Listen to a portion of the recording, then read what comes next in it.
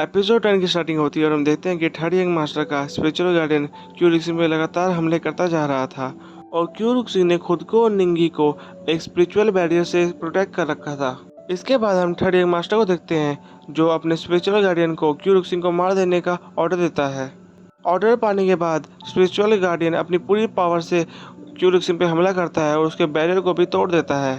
Barrier टूटने की वजह से हर जगह धुआं धुआं हो जाता है और थर्ड यंग मास्टर सोच रहा होता है कि कुचलने की वजह से शायद निंगी और क्यूरिक्सिन दोनों ही मर चुके हैं। पर जैसे ही धुआं हटता है तो हम देखते हैं कि निंगी ने स्पिरिचुअल गार्डियन के हाथ को अपनी अम्ब्रेला से रोक रखा था। अगर आप सोच रहे हैं कि निंगी ने ऐसा कैसे कर दिया क्योंकि वो अभी सिर्फ सेकंड नीलम में है, तो मैं बता दूं कि ये सारा कमाल निंगी के बोन ट्रेजर का था। निंगी के बोन ट्रेजर की वजह से ही वो अब तक इस स्पिरिचुअल गार्डियन को संभाल पा रहा था। इसके बाद हम ये भी देख पाते हैं कि क्यूरिक्सिन की तलवार टूट चुकी है और वो ये देख के हैरान था कि निंगी गार्डियन की पावर को अपनी अम्ब्रेला से रोक पा रहा था, क्योंकि एक सेकेंड नीलम के कल्टीवेटर के लिए यह काम करना बिल्कुल नामुमकिन सा था। इसके बाद हम देखते हैं कि थर्ड यंग मास्टर अपने गार्डियन की पावर के साथ कुछ करने लगता है। इसके बाद निंगी को बचाने के लिए उसका बोन ट्रेजर एक्टिवेट हो जाता है, जिसकी वजह से निंगी स्पिरिचुअल गार्डियन को खत्म कर देता है। हम देखते हैं स्पिरिचुअल गार्डियन के खत्म होते ही वहाँ पे उसकी रियल बॉडी आ जाती है। आते साथ ही वो रियल गार्डियन कहता है कि आखिर किसने मेरे प्रोजेक्शन को खत्म किया है, वो जो भी है मैं उसे नहीं छोड़ूंगा। इसके बाद हमें बैकग्राउंड में किसी की हंसने की आवाज आती है और हम देख पाते हैं वो और कोई नहीं बल्कि जू ज़ैंग है। क्यूरिक्सिन उसे देख के कहता है कि आखिर तुम आ ही गए। जू ज़ैंग वहाँ आता है और निंगी से उसकी थिन स्नो स्वॉर्ड लेता है। जू ज़ैंग फिर इसके बाद कहता है, निंगी क्या मैंने कभी तुम्हें प्रोटेक्टर के बारे में बताया है? निंगी कहता है कि नहीं, पर आप आज मुझे बता सकते हो।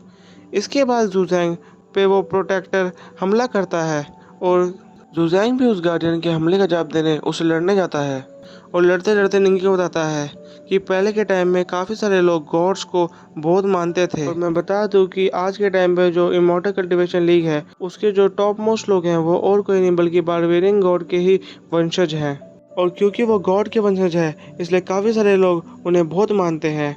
और ये जो प्रोटेक्टर है ये और कोई नहीं, अपने वक्त के बहुत ही जीनियस लोग हैं जो बारबेरियन और अन्य गॉडों के वंशजों यानी डिसेंडेंट की रक्षा करते हैं। और इसके बदले इन गार्डियंस को कल्टीवेशन लीग के द्वारा अनलिमिटेड कल्टीवेशन रिसोर्सेज दिए जाते हैं और इसी कारण ये 500 साल से भी ज़्यादा आसानी से जी पाते हैं। इसके बाद सीन ज़ैंग पे आता है जहां उसके कुछ साथी ये कह रहे होते हैं कि ज़ैंग की पावर अब काफ़ी ज़्यादा बढ़ चुकी है क्योंकि वो अब एक प्रोटेक्टर को भी आसानी से संभाल पा रहा है।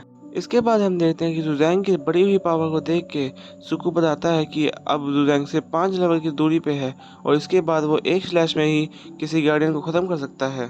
इसके बाद हमारा सीन वापस से ज़ैंग पे आता है जो नी को बताता है कि इस दुनिया में ऐसे काफ़ी सारे गार्डियंस हैं जो थर्ड यंग मास्टर जैसे गॉड के डिसेंडेंट्स को बचाने के लिए अपनी फ्रीडम को भी खो देते हैं और इनकी जिंदगी थर्ड यंग मास्टर जैसे लोगों के हाथों में होती है। इसके बाद फिर ज़ैंग उस गार्डियन पे एक अटैक करता है जिसकी वजह से वो गार्डियन वहीं पे मर जाता है।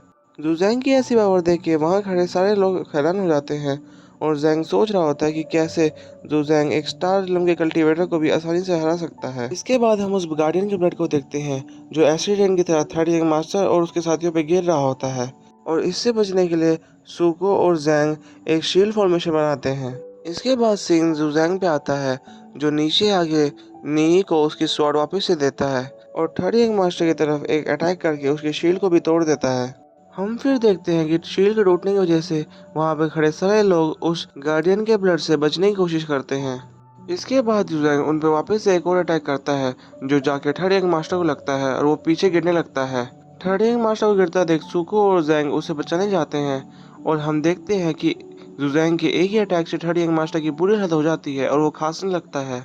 हम फिर ज़ैंग को देखते हैं जो थर्ड यंग मास्टर को कहता है कि अगर तुम्हें कोई और प्रोटेक्टर को भी बुलाना है तो तुम बुला सकते हो, मैं बुरा नहीं मानूंगा। फिर हम देखते हैं ज़ैंग क्यों थर्ड यंग मास्टर की बेइज्जती होते देख के कहता है, ज़ैंग तुमने एक क्राइम किया थर्ड यंग मास्टर पे अटैक करके, तुम्हें तो मार देना चाहिए।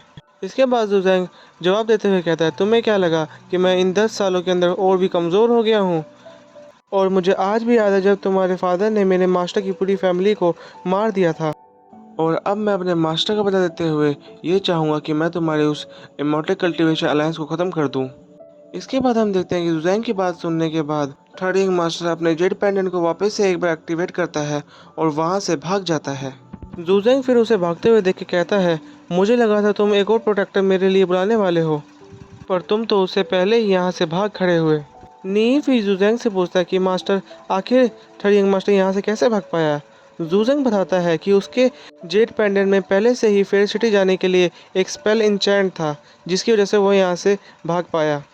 इसके बाद निंगी अपने बोन रेजर को देखने लगता है। ये देख के जूजेंग उसे किसी को भी अपना बोन रेजर ना दिखाने के लिए कहता है। इसके बाद सिंह सुको और ज़ैंग क्यू पे जाता है, जो यहाँ से भागने के बारे में सोच रहे थे, जिसे देख के जूजेंग उन्हें वहीं पर रुकने के लिए कहता है। इसके बाद जूजेंग ज़ैंग क्यू को ध्यान से देखता है और कहता है, तुम तो वही हो जो पिछली बार मुझे वुलियंग माउंटेन में मारने आए थे, पर मैंने तुम्हारी जान बख्श दी थी और फिर तुम इसके बाद भी मेरे पे अटैक करने आ गए। हम देखते हैं कि ज़ैंग क्यू ये जान के बहुत डरने लगता है कि जू ज़ैंग ने उसे पहचान लिया है और अब तो उसके पास बचने का कोई भी चारा नहीं है। इसके बाद जुजेंग ज़ैंक्यू को कहता है कि अब तुम ही बताओ कि मैं तुम्हारे साथ क्या करूं। ज़ैंक्यू फिर सर झुकाते हुए जुजेंग को कहता है कि तुम्हें मेरे साथ कुछ भी करने की जरूरत नहीं है, और फिर वो अपनी पावर को यूज करके खुद को ही मार देता है। इसके बाद सीन क्यूरुक्सिंग पे आता है, जो नी को उसकी हेल्प करते हुए नी को उसको उठाने के लिए कहता है। और इस मूवमेंट में भी निंगी क्यूरुक्सिंग क्वेश्चन पूछता है, सेकंड ब्रदर, क्या आप सच में अंधे हैं?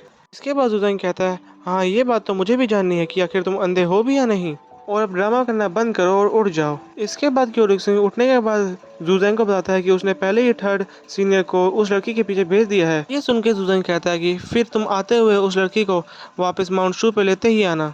गाइज, मेरे हिसाब से यहाँ पे जो भी लड़की की बात चल रही है वो और कोई नहीं बल्कि मिज़ू है। इसके बाद सीन नी पे आता है, जो कहता है, मास्टर, क्या हमें इस जियानू पैलेस के पर्सन को यहाँ से जाने देना चाहिए? इसके बाद जुजैन कहता है कि मेरे और जियानू के संबंध कभी भी अच्छे नहीं थे, पर उसके बावजूद उसने कभी भी मेरे पीछे अपने किसी भी पर्सन को नहीं भेजा, इसलिए आज मैं भी इसे जाने देता हूँ। इसके बाद जुजैन नी को अपने साथ चलने के लिए कहता है। क्यूरुक्सिंग समझ जाता है कि अब जुजैन कहाँ जाने वाला है, और वो उसे रोकते हुए कहता है, क्या तुम सच में वहाँ जाना चाहते हो? जुजैन कहता है कि वहाँ जाके मेरा काफ़ी सारा फ़ायदा होगा, इसलिए आज मुझे वहाँ जाना ही चाहिए। इसके बाद जुजैन कहता है, नी, आज मैं तुम्हें तुम्हारा लास्ट लेसन देने वाला हूँ, तो अब मेरे साथ तुम चलो। नी फिर जुजैंग से पूछता है कि आखिर यहाँ पे किस लास्ट लेसन की बात चल रही है। जुजैंग कहता है कि बस तुम मेरे पीछे आओ। इसके बाद सीन कट होता है और हम जियानू पैलेस का सीन देखते हैं, जहाँ पे कोई टेलीपोर्ट होके आ रहा होता है, और हम देखते हैं वो और कोई नहीं बल्कि जुजैंग और नी ही है। जुजैंग फिर कहता है कि मेरा यहाँ पे काफ़ी टाइम बाद आना हुआ है, और वो वहाँ के स्टूडेंट्स को कहता है कि तुम अपने मास्टर को बता दो कि जुजैंग आया है माउंट शू से। और फिर इसी सीन के साथ हमारा ये एपिसोड 10 भी ख़त्म हो जाता है। आशा है कि आपको ये एपिसोड पसंद आया होगा। Thank you for watching my video.